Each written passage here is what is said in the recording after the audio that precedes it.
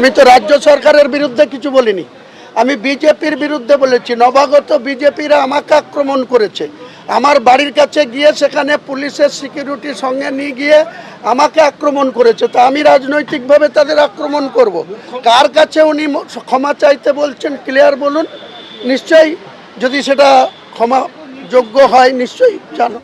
আরো বিস্তারিত জানতে আবারও কথা বলে নেব, সরাসরি আমাদের সঙ্গে রয়েছেন প্রতিনিধি কৃষ্ণেন্দু অধিকারী।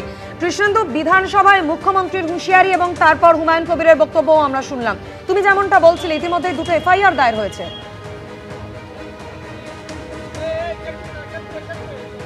একদমই তাই, দুটো এফআইআর ইতিমধ্যে হুমায়ুন কবিরের বিরুদ্ধে দায়ের করেছে জেলা পুলিশ। মুখ্যমন্ত্রী আজকে বিধানসভার অধিবেশন কক্ষেই জানিয়েছেন যে এনাফ ইজ এনাফ এবং এই সবক শেখানোর, অর্থাৎ হুমায়ুন কবিরকে সবক শেখানোর সময় হয়েছে।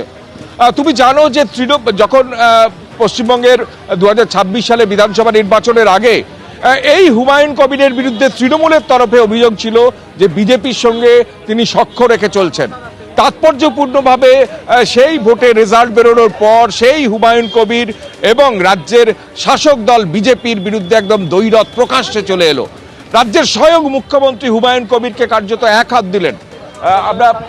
আমরা নৌশাদ সিদ্দিকে দেখছি আসছেন। নৌশাদ দা, হুমায়ুন কবিরের বক্তব্য নিয়ে কি বলবেন? আজকে হুমায়ুন কবিরের বক্তব্য আজকে কি দিয়েছে আমি বলতে পারবো না, কি বোঝেন। দেখুন, একজন মুখ্যমন্ত্রী হিসাবে তিনি যে ভাষায় কথা বলেছেন যে জিরো টলারেন্স বা এই ধরনের আপত্তিকর অফেন্সিভ বক্তব্যকে তিনি সমর্থন করেন না, সেটা যেন প্রত্যেকের ক্ষেত্রেই হয়। কারণ মুখ্যমন্ত্রীর বক্তব্য সমর্থন করেন। আমি কি বললাম, প্রত্যেকের ক্ষেত্রে যদি হয় তাহলে অবশ্যই সমর্থন না করে যেতে পারি না। কোনো জায়গায় গিয়ে বলছে এখানে হালাল মাংস বিক্রি করতে দেব না, তার ক্ষেত্রেও যেন আমার রাজ্যের মুখ্যমন্ত্রী মহাশয়ের একই পদক্ষেপ যদি নেন তাহলে নিশ্চিতভাবে এই বক্তব্যকে আমরা স্বাগত জানাবো। তবে একটা কথা, হুমায়ুন কবির সাহেব যে বলছেন এত মুসলমানকে নিয়ে নামবো এ করবো, এটা তিনি মুসলমানদের যেটা জড়াচ্ছে এর সাথে এর আমি বিরোধিতা করছি। আর এই অফেন্সিভ বক্তব্য আমি কোনোদিন দিইনি। আর কেউ যদি অফেন্সিভ বক্তব্য দেয় সে যোগী আদিত্যনাথ হতে পারে, আর যে কেউ হতে পারে, বা হুমায়ুন সাহেব হতে পারে। আমি সেই বক্তব্যের সাথে সহমত নয়। নৌশাদ সিদ্দিকী প্রকাশ্যে জানালেন যে হুমায়ুন কবিরের যে বক্তব্য তিনি তাকে সমর্থন করেন না, আর মুখ্যমন্ত্রী যে বক্তব্য রেখেছেন তাতে তিনি সমর্থন করেন, কিন্তু কন্ডিশন যে মুখ্যমন্ত্রী যেন সার্বিক ক্ষেত্রে সমস্ত ক্ষেত্রে যেন এই একই ধারা মেনটেন করেন। কিন্তু আজকে যেটা তাৎপর্যপূর্ণ ভাবে দেখা যাচ্ছে, মুখ্যমন্ত্রীর যে বক্তব্য অধিবেশন কক্ষের ভেতরে, তাতে বেকায়দায় পড়তে চলেছেন হুমায়ুন কবির। কারণ হচ্ছে হুমায়ুন কবিরের বিরুদ্ধে দুটো এফআইআর এবং জামিন অযোগ্য একাধিক ধারা এফআইআর করা হয়েছে। উস্কানিমূলক বক্তব্য, মুখ্যমন্ত্রীর বিরুদ্ধে কটূক্তি, বিশেষ একটা সম্প্রদায়কে নিয়ে মন্তব্য নিয়ে করা, একাধিক ধারায় আজকে দুটো এফআইআর করা হয়েছে। এবং মুখ্যমন্ত্রী অধিবেশন কক্ষে স্পষ্ট জানিয়েছেন যে সেদিন সভায় যারা ছিলেন তাদের আগে তুলব, তারপর হুমায়ুন কবির। অর্থাৎ হুমায়ুন কবিরকে আগামী দিনে গ্রেপ্তার হবেন সেই সম্ভাবনা কিন্তু দেখা যাচ্ছে। যেটা বারবার বলছি যে ভোটের আগে এই হুমায়ুন কবিরকে নিয়ে তৃণমূলের তরফ থেকে অভিযোগ ছিল যে হুমায়ুন কবির এবং বিজেপির মধ্যে একটা সখ্য আছে, হুমায়ুন কবির বিজেপির বি টিম। কিন্তু সেই হুমায়ুন কবির ভোটের পর দুটো বিধানসভা নির্বাচনে তিনি জিতেছেন, রেজিনগর থেকে রিজাইন করেছেন 2-3 মাসের মধ্যে, সেখানে ভোট আজকে মুখ্যমন্ত্রী নিজেই জানিয়েছেন। এবং সেই জায়গায় হুমায়ুন কবির এবং বিজেপির মধ্যে দ্বৈরথ কার্যত প্রকাশ্যে চলে এলো এবং রাজ্যের স্বয়ং মুখ্যমন্ত্রী বিধানসভার অধিবেশন কক্ষে হুমায়ুন কবিরের বিরুদ্ধে কড়া পদক্ষেপ নেওয়ার হুঁশিয়ারি দিয়েছেন এবং হুমায়ুন কবিরকে সবক শেখানোর কথা বলেছেন।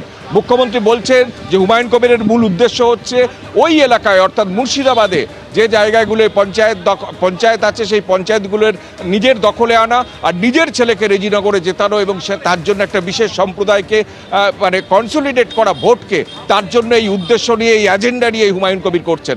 যদিও হুমায়ুন কবির মুখ্যমন্ত্রীর এই বক্তব্যে নারাজ, মানতে নারাজ। এখন দেখা যাক যে হুমায়ুন কবিরকে নিয়ে ভোটের আগে যে বিজেপির বি টিমের অভিযোগ উঠেছিল সেই হুমায়ুন কবিরকে নিয়ে এখন রাজ্য সরকার, রাজ্য পুলিশ কি পদক্ষেপ নেন বা হুমায়ুন কবিরই পাল্টা কি পদক্ষেপ করেন। আগামী 1 সপ্তাহের মধ্যে মুখ্যমন্ত্রী মুর্শিদাবাদে যাবেন, সেটা নিজেই ঘোষণা করেছেন। হুমায়ুন কবিরের বিরুদ্ধে এই উস্কানিমূলক মন্তব্যে বিধানসভার অন্দরে যেভাবে তোলপাড় হলো, স্বয়ং মুখ্যমন্ত্রী যেভাবে বিবৃতি দিলেন, শুধুমাত্র হুমায়ুন কবিরের এই দুটো কথাকে উল্লেখ করে এবং কড়া পদক্ষেপের হুঁশিয়ারি দিলেন, তাতে আগামী দিনে রাজ্য রাজনীতির গতিপথ একটা অন্য খাতে বইবে নিঃসন্দেহ আজকে মুখ্যমন্ত্রীর এই কড়া বক্তব্যে বোঝাই যাচ্ছে। ধন্যবাদ কৃষ্ণেন্দু। বিজেপিকে বেলাগাম হুমকির পর হুমায়ুন কবিরকে চরম হুঁশিয়ারি, কড়া পদক্ষেপের হুঁশিয়ারি আজ দিয়েছেন মুখ্যমন্ত্রী শুভেন্দু অধিকারী। মাননীয় হুমায়ুন কবির যে বক্তব্য রেখেছেন, দুটো এফআইআর স্টার্ট করেছি। রেজিনগর পিএস কেস নম্বর 219 এর 226, ইনসিডেন্ট নাম্বার 2 তেও আমরা শক্তিপুর পিএসএ 176/226 আরেকটা কেস ইস্যু করেছি। আপনি কান খুলে শুনে রাখুন, আপনাকে এইভাবে ধমক হুমকি বেপরোয়া লাগাম ছাড়া কথা বলতে দেব না, দেব না, দেব না। এই ধরনের কথা প্রত্যাহার করার এবং ভবিষ্যতে এই ধরনের কথা বলার আগে 25 বার ভাবার হুঁশিয়ারি দিয়ে আমি সবাকে আশ্বস্ত করছি। আপনারা ভাবছেন কেস হয়েছে, অ্যাকশন কবে হবে? যারা ওকে ডেকেছিল এই সভাতে তাদেরকে আগে তুলব, তারপরে আপনার কাছে যাব। যা করার করব, আমি আশ্বস্ত করছি আপনাদের।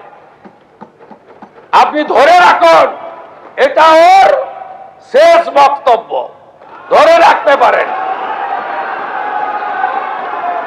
এ সরকার আইনের শাসন প্রতিষ্ঠা করবে, গুন্ডাদের শাসন সমাপ্ত করবে, নিশ্চিন্ত থাকুন।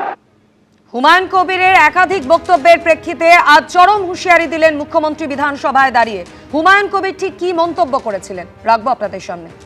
কত ধানে কত চাল হয়, 2 ঘন্টার মধ্যে তোমাদেরকে যদি ভাগীরথীর গঙ্গায় না ফেলতে পারি, রাজনীতি থেকে সরে যাব, শক্তিপুর এলাকায় বসবাস করা বন্ধ করে দেবো। এখানে তোমরা হাতির 5 পা দেখেছো, কিন্তু যদি ভেবে থাকো যে 30% লোক মুর্শিদাবাদ জেলায় আর আমরা 70%।